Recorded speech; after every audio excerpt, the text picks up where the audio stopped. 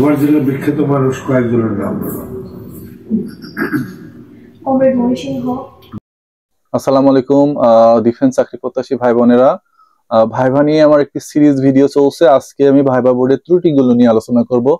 কোন কোন ত্রুটির জন্য আসলে সশস্ত্র বাহিনীর প্রাথমিক যে ভাইভা গুলো হয় সেখানে বা ফাইনাল ভাইভা গুলোতেও এগুলো কিন্তু খুবই গুরুত্বপূর্ণ। আসুন আমরা আজকে জেনে নিই ভাইভা বোর্ড গুলোতে কোন কোন ত্রুটির জন্য ক্যান্ডিডেট গুলো আসলে অযোগ্য বলে বিবেচিত হন।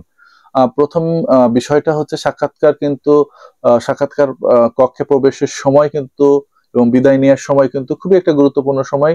আমাদের এখানে অনেকগুলো মিস্টেক হয়। আমরা সরাসরি অনেকে আছে খুব জোরে নক দিয়ে ঢুকি বা কক্ষে প্রবেশ করার সময় সালাম দিতে ভুলে যায় বা গিয়ে সরাসরি চেয়ারে বসে যায়। এগুলো কিন্তু একটা স্বাভাবিক ভুল, কমন সেন্সের ব্যাপার।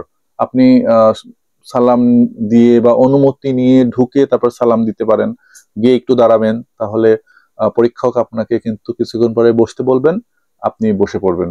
এটা হচ্ছে সবচেয়ে অ্যাপ্রোপ্রিয়েট নিয়ম। এবং বিদায় নেওয়ার সময় সেম, আপনি আস্তে করে উঠবেন, চেয়ারে কোনো শব্দ হবে না, আস্তে করে সালাম দিয়ে আপনি পিছন দিক থেকে ব্যাক করে আপনি ফেরত আসবেন।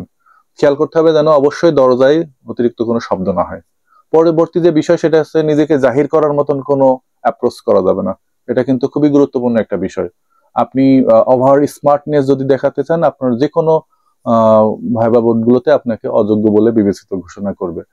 তারপর একটা আছে, অনেকে আছে আঙুলের নখ দিয়ে কিন্তু আমাদের দাঁত নাড়াচাড়া করা অভ্যাস, এটাকে অ্যাভয়েড করতে হবে, না হলে কিন্তু আপনি বাদ পড়ে যাবেন। পরবর্তীতে যে কোনো জিনিস নিয়ে আসলে আমাদের একটা খেলা করারও একটা মুদ্রা দোষ আছে, কিছু পাইলে আমাদের হচ্ছে নাড়াচাড়া করার অভ্যাস থাকে, এগুলো কিন্তু অ্যাভয়েড করতে হবে। পরবর্তী হচ্ছে না জেনে প্রশ্নের উত্তর দেওয়ার একটা ভান করা। পরীক্ষকরা কিন্তু অনেক ট্যালেন্টেড, তারা অনেক পরীক্ষার্থীর পরীক্ষা নিয়ে তাদের অভ্যস্ত হয়ে গেছে, সুতরাং তাদের চোখ এড়িয়ে আপনি মিথ্যা কোনো আনসার দিলে সেটা কিন্তু আসলে আপনার জন্য ফলপ্রসূ হবে না। পরবর্তী যে বিষয় সেটা হচ্ছে অবিবেচকের মতন কথা বলা। এইটা কিন্তু সবচেয়ে গুরুত্বপূর্ণ।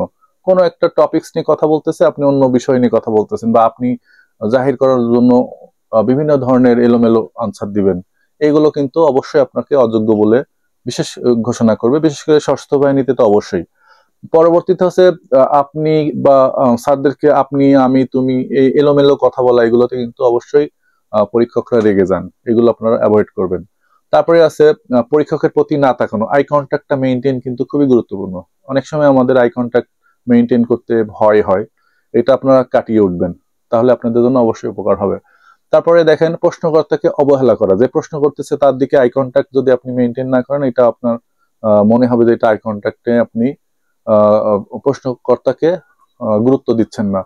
পরবর্তীতে আছে মুখে কোনো কিছু নিয়ে কথা বলা, বা আপনার আপনি এমন ভাবে কথা বলতেছেন মনে হচ্ছে যেন আপনি মুখে কোনো কিছু চাবাচ্ছেন বা চিবাচ্ছেন, এটা আপনাকে অবশ্যই অ্যাভয়েড করতে হবে। কিছু কিছু মুদ্রা দোষ আপনাকে অবশ্যই ভালো করতে হলে বা সিলেকশন পেতে হলে গুরুত্ব দিতে হবে।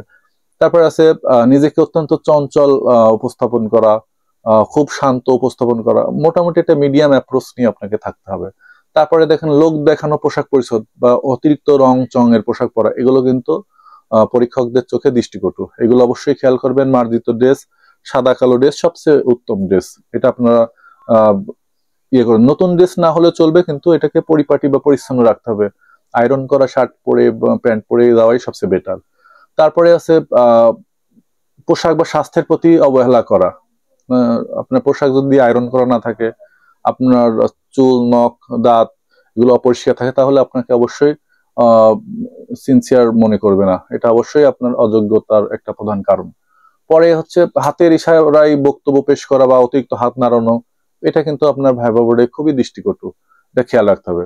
বা ভাইভা বোর্ড গুলোতে এদিক সেদিক তাকানো, এটাও কিন্তু খুবই দৃষ্টিকটু, এগুলো আপনার খেয়াল করতে হবে। প্রশ্নের উত্তর দিতে বেশি সময় নেওয়া, এটা আরো গুরুত্বপূর্ণ।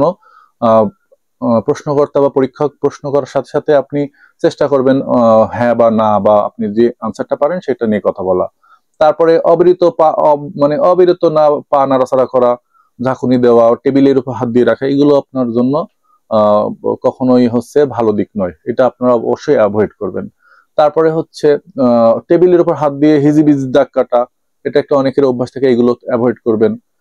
শার্টের বোতাম খোলা রাখা, এটা আপনারা অবশ্যই খেয়াল রাখবেন। বুক দেখানো, এটা একেবারে বেয়াদবি, এগুলো ভাইভা বোর্ড গুলোতে খুবই খারাপ ভাবে নেওয়া হয়। তারপরে অযৌক্তিক এবং অশোভনভাবে নিজের যোগ্যতাকে প্রমাণ করার চেষ্টা করা। আপনি কোন একটা টপিকস নিয়ে কথা বলতেছেন, সেটা আপনারটাই সঠিক এরকম ভাবে যদি আপনি উপস্থাপন করাতে চান, অবশ্যই আপনাকে অযোগ্য বলে বিবেচিত করবে। না জেনে ভুল উত্তর দেওয়া, অবশ্যই আপনার এটা বাড়তি ওভার স্মার্টনেস, আপনার এই বিষয়টা অবশ্যই খেয়াল রাখবেন। সশস্ত্র বাহিনীর চাকরি পেতে আপনাকে অবশ্যই মিডিয়াম গোছের ট্যালেন্টেড অ্যাপ্রোচ আপনাকে নিতে হবে। আপনি অবশ্যই ওভার স্মার্টনেস দেখাবেন না, আবার একেবারে দুর্বল ভাব দেখাবেন না। আপনি আপনার সঠিক ওয়েতে সঠিক অ্যাপ্রোচ নিয়ে আত্মবিশ্বাসের সাথে ভাইভা বোর্ডগুলোতে অংশগ্রহণ করবেন। আপনারা ভালোভাবে আপনাদের চাকরিগুলোতে সফলকাম হবেন, এটাই আমাদের আশা। আজকে এই পর্যন্তই। আল্লাহ হাফেজ।